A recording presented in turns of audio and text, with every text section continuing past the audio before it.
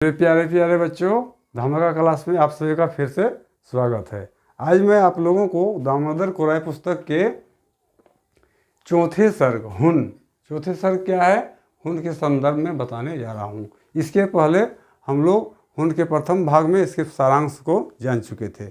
आप लोगों से मेरा आग्रह है कि कम से कम प्रत्येक सर्ग के मूल भाव यानी मूल पृष्ठ को जानने की जरूर कोशिश कीजिएगा। दिमाग में मूल भाव को रखिएगा, क्योंकि मूल भाव यदि हम जान जाते हैं तो क्वेश्चन सेटर कैसा भी क्वेश्चन क्यों न सेट करे, आप उसके उत्तर देने में सक्षम रहेंगे। क्योंकि हमको क्वेश्चन आंसर लिखना तो नहीं है, विकल्प दिया रहता है। जैसे ही हम क्वेश्चन को देखेंगे हमारे दिमाग में वो बात तुरंत आ जाती है। तो आज हम लोग हुन के दूसरे भाग को देखेंगे, क्योंकि प्रत्येक सर्ग में व्यक्ति विशेष का वर्णन क्या हुआ रहता है। जैसे मान लीजिए मेरा सर्ग है, तो मेरा सर्ग का मूल भाव क्या है, उसमें कभी क्या दर्शाया है, तो उसमें दिखाया है कि यहाँ की वन संपदा जितना है, खनिज पदार्थ जितना है, उस सबको विदेशी लूट के ले जाता है। उसका हमको रक्षा करना है, इसलिए भारत को वो लूट लेता है। यहाँ वन संपदा जितना है, अच्छे अच्छे कीमती लकड़ी है, सखुआ वगैरह, यहाँ के पशु पक्षी, इसका वर्णन पूरा किया गया है। और जितना भी बहुमूल्य हीरा मोती है सब चुरा के उन लोग ले जाते हैं, ठग के लड़ाई करके ले जाते हैं। इसका मूल भाव में मेला में यही है। और दूसरे भाग में क्या है, संरचि कमल में संरचि और कमल दो प्रेमिका है, लेकिन पहले उन लोग दोनों एक दूसरे के पूरा विरोधी है। एगो दिकू है, एगो क्या है, यहाँ की मूलवासी है। दोनों में विभेद रहता है, लेकिन बाद में उसको प्रेम में बदल जाता है। इसी तरह प्रत्येक सर्ग में कुछ न कुछ अलग चीज़ का वर्णन किया गया है। तो चलिए आज हम लोग देखेंगे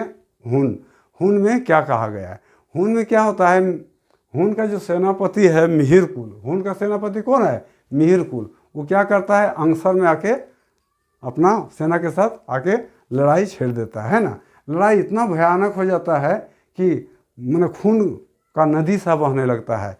यहाँ के मूलवासी झारखंडी और मूलवासी मैंने क्या हो गया, यहाँ के जितना भी आदिवासी लोग थे और हुन सेना थे, दोनों में भीषण लड़ाई होता है। लड़ाई होने के कारण खूनों की धारा बहने लगती है, मतलब भीषण युद्ध आरंभ हो जाता है। इस सर्ग में इसी का वर्णन किया गया है। इसमें और क्या होता है कि कर्मा पर्व का त्यौहार आता है, उसी के बीच आके हुन सेना आक्रमण करता है। तो चलिए हम लोग विस्तृत रूप से इसको कविता के द्वारा देखते हैं। यदि मेरे चैनल को सब्सक्राइब नहीं किए हैं तो सब्सक्राइब अवश्य करें और ज़्यादा से ज़्यादा शेयर करें। देखते हैं कवि क्या कर रहा है। कवि कह रहा है, माय कोखिले माटी कोराय, माय कोखिले माटी कोराय, सीखे माँ कोरवा भाखा परे, अपन मानुष चिन्हे माटी नता गोता।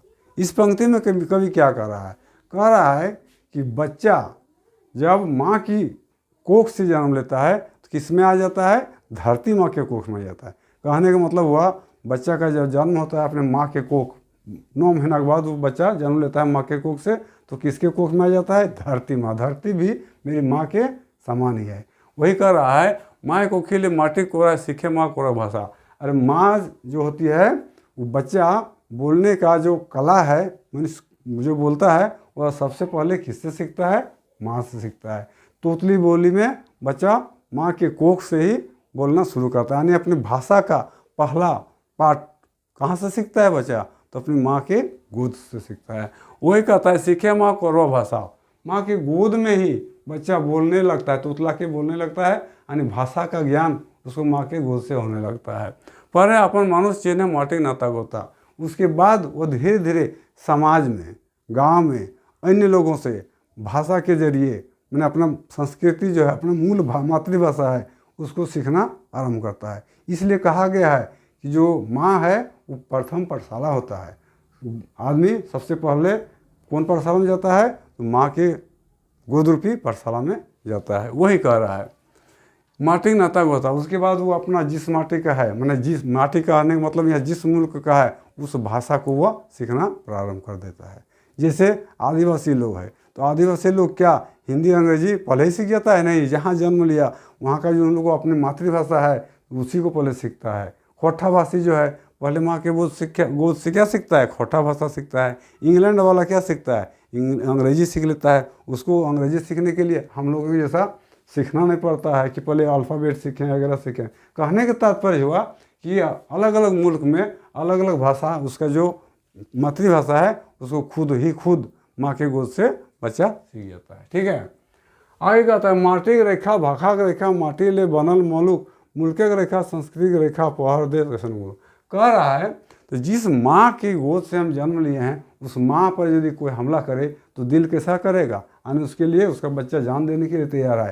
कहने का तात्पर्य है इस मिट्टी में, इस धरती में जब मेरा जन्म हुआ तो इस धरती पर यदि कोई आक्रमण करे तो उस पर भी हमको उसके लिए अपना जान भी निछावर करने के लिए तैयार रहना होगा।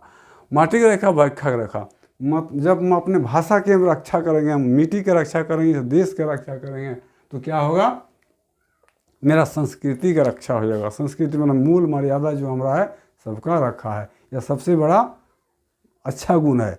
जो व्यक्ति अपने माँ की अपने संस्कृति की रक्षा नहीं करता है वह देश के लिए दुश्मन कहा जाता है। इसलिए कितने कितने लोग इस मिट्टी की रक्षा के लिए, इस धरती की रक्षा के लिए अपना जान भी निछावर कर देता है।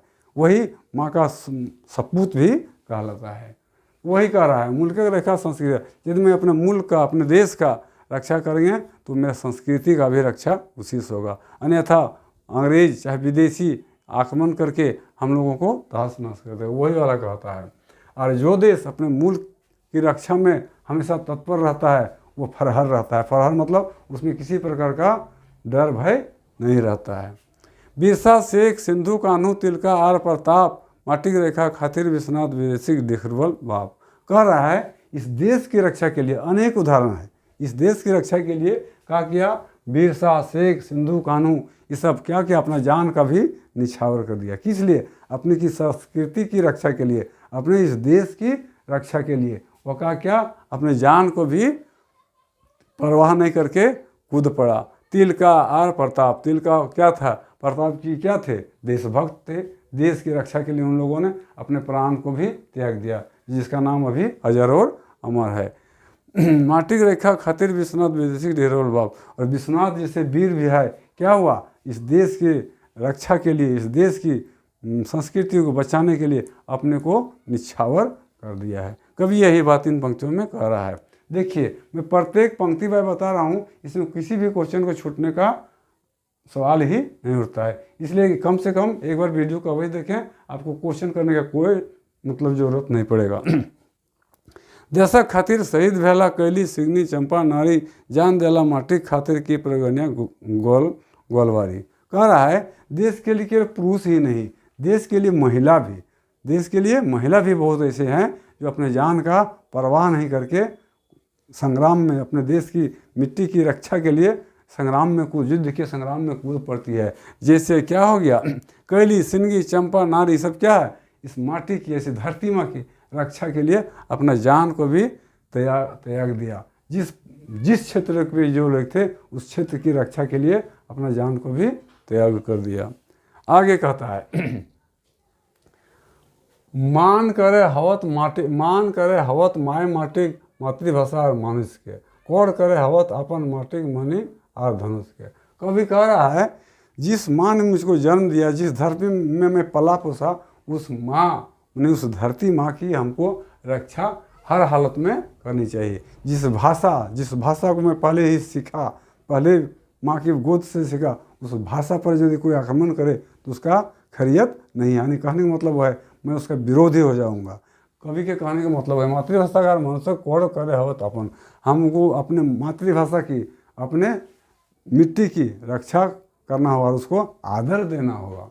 माटी रखा धनुष रखा, इस मिट्टी की, मैंने इस धरती की रक्षा करना मेरा परम धर्म होता है।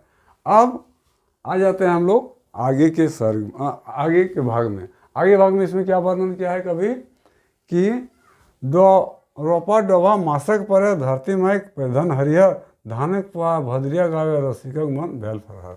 अब देखिए इस सर्ग धीरे धीरे आगे बढ़ रहा है। क्या कर रहा है, रोपा डोभा कब होता है, सावन महीना में। किसानों का सबसे सुनहरा दिन क्या है, सावन महीना, क्योंकि इससे उसका रोजी रोटी चलता है। सावन महीना में धान बोता है तभी उसका धान उपजता है, उससे उसका गुजर बसर चलता है। तो कह रहा है रोपा डोभा मासक पर है। रोपा डोभा के मास जब सावन महीना जब खत्म हो जाता है, धरती माँ एक परिधान हरियर, तो धरती माँ का जो वस्त्र है, परिधान क्या होता है, वस्त्र हरियाली हो जाता है। कहने का तात्पर्य हुआ रोपा डोभा हो जाने के बाद धरती पूरा क्या हो जाता है, हरिहर हो जाता है। मन सुनहला जैसा प्रतीत होने लगता है, देख के मन आनंदित हो जाता है। तो वही कह रहा है कि रोपा डोबा हो गया है, अब मानो कि धरती माँ हरा परिधान किए हुए वस्त्र पहने के तैयार है। धरती माँ एक परिधान हरिया धान पोहा भदरिया गावे। और धान का पोहा मतलब उसका पौधा जो है वो हरा भरा होके भर गया है। और भादर महीना आने वाला है। हम लोग जानते हैं कि भादर महीना कौन चीज़ के लिए फेमस है, तो कर्म पर्व के लिए। कर्म पर्व कब होता है? भादर महीना में होता है। ये एक झारखंड के लिए अत्यंत ही महत्वपूर्ण त्यौहार है। इसमें बालिकाएँ अत्यंत बढ़ चढ़ के मैंने भाग लेती है। जो रसिक लोग हैं ये लोग पूरा मस्ती से झूमने लगते हैं, क्योंकि रोपा डोबा करने के बाद काम थोड़ा ख़त्म भी हो जाता है, तो उसका भरपूर आनंद लेते हैं। वही प्रसंग इसमें कभी बताया है। रोपा डोबा मासक पर धरती माँ परिधन हरिया धानक पोहा भदरिया गावे रसिक मन भेल भरा। अब जो रसिक लोग है, रसिक लोग किसको बोलते हैं?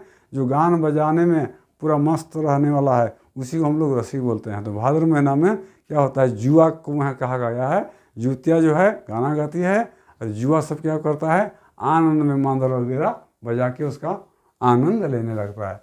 रसिक का मन भल फरहर, अब उसका मन क्या हो जाता है? फरहर हो जाता है, चंगा हो जाता है, क्योंकि काम काज से भी वो निवृत्त हो जाता है। बोने समय बेटी बोनक सयान बेटी छवा रागे रंगे रिझे कर्म परब आए गेल बोनक माझे माझे। कह रहा है बोनक सियान बेटी किसको बोलते हैं? 12 या 13 वर्ष का जब होने लगता है बच्ची लोग, तो वो सियान कहलाता है। उसको उस बच्ची को क्या बोलते हैं? सियान। तो जवा पर्व जो है पर अविवाहित लड़की ही मनाती है। 12-13 साल का जो लड़की होती है इसमें बढ़ चढ़ के हिस्सा लेती है। सबको जानता है, झारखंड में कौन कौन ऐसा नहीं है जो कर्म का पर्व के बारे नहीं जानता है। यह बहुत फेमस संस्कृति को हम लोग रक्षा करना, इसका हम लोगों की संस्कृति का एक प्रतीक भी है। इसको रक्षा करना हम लोग धर्म भी समझते हैं, क्योंकि यह देश जो है कर्म प्रधान देश है, इसलिए इसमें इस पर्व का नाम कर्मा पर्व पड़ा गया है। क्योंकि कर्म का ही महत्व इस दुनिया में सबसे अधिक है। कर्म से ही मैं नीचे से ऊपर जा सकता हूँ, नीचे पदान से ऊपर पदान तक आज तक जो भी दुनिया आदमी पहुँचा है, अपने कर्म जो अच्छा किया है वही पहुँचा है। ऐसे बैठे बैठे खाली भाषण करने से कोई आदमी बड़ा आदमी नहीं बन जाता है। इसलिए यह देश कर्म प्रधान देश है, इसलिए भादर महीना में कर्म पर्व होता है। झारखंड में कर्म पर्व इस नाम से भी प्रसिद्ध है। तो बोने सियान बेटी छुआ, सियान बेटी छुआ मैंने किसको बोले? 12-13 साल का जो लड़की है। तो झारखंडी लोग कहाँ रहते थे? उसमें आदि मूलवासी सब जंगल में ही रहती थी। तो क्या बोलता है? भादर महीना आ जाता है और कर्म पर्व का आगमन होने लगता है। वो जितना भी जुतिया थी वो सब रागे रंगे रिझे, वो सबके में एक अलग प्रकार का उमंग आ जाता है, रंग आ जाता है, शरीर में चपलता आ जाता है ना। वही कह रहा है कर्म पर्व आ गेल बोनक मांझे मांझे। और कर्म पर्व आ जाता है, वन के बीच में वो उल्लास को लेके आता है, और सब जो लड़का लड़कियां जो है वह उसका आनंद लेने के लिए तैयार हो जाता है। आज इतना ही रहेगा, अगले वीडियो में हम लोग फिर आगे बढ़ाएंगे। इसमें यदि कुछ कठिन शब्द है उसको मैं फिर थोड़ा सा बता दूँ, इससे तो कठिन शब्द नहीं है।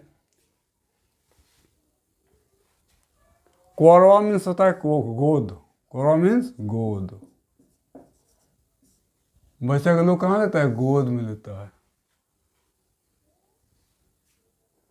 नाता गोता मैंने संबंध, नाता गोता मतलब होता है संबंध, मिट्टी से हमारा जो संबंध है।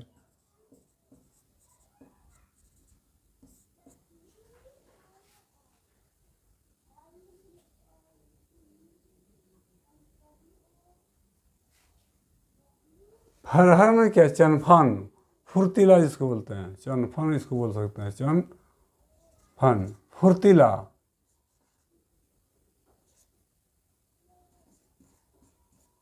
उसी को हम लोग क्या बोलते हैं? फरहर।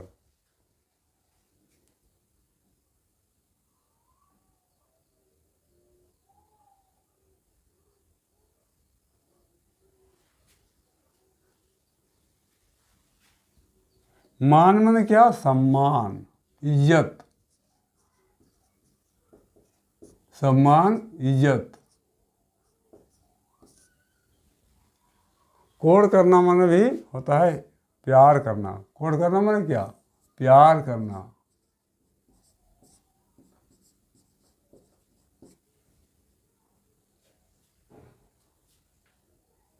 रोपा डोबा, धान वगैरह जो हम लोग रोपते हैं उसी बोलते हैं रोपा डोबा।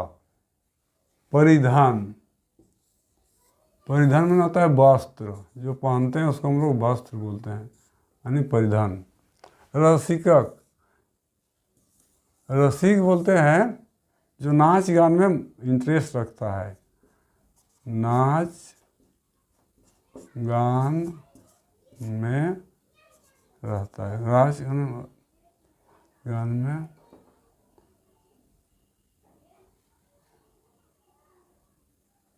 नाच गान में आनंद लेना, उसी बोलते हैं राग। रीझे, आनंदित होना, राग में रीझे होना खिलना, राग में रीझे।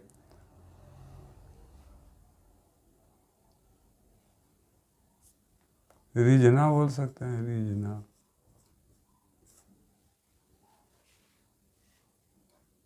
आनंद लेना,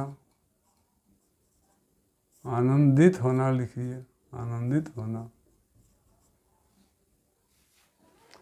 कर्म पर हो ये आई गेल मन आ गया, मांझे मीन्स होता है बीचों बीच, मांझे मीन्स बीचों बीच। आज इतना ही रहेगा। यदि वीडियो अच्छा लगा तो सब्सक्राइब जरूर कीजिएगा। जय हिंद।